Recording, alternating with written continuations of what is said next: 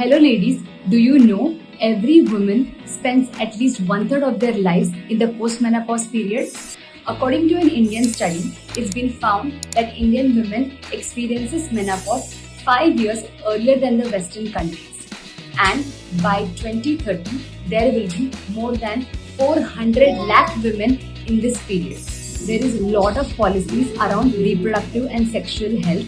However, there is a big gap in the healthcare during the midlife period or between 45 to 60 years of age. During this midlife period, the menopausal symptoms are much more pronounced like hot flashes, sleep disturbances, brain fog, etc. etc.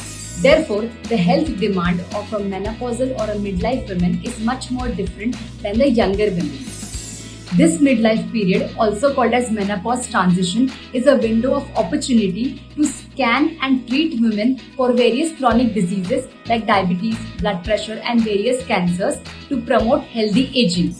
Education, counseling, and motivation have an essential role in managing menopause and its related consequences. Controlling the major risk factors can lower the chances of chronic diseases by half to two-thirds in the general population.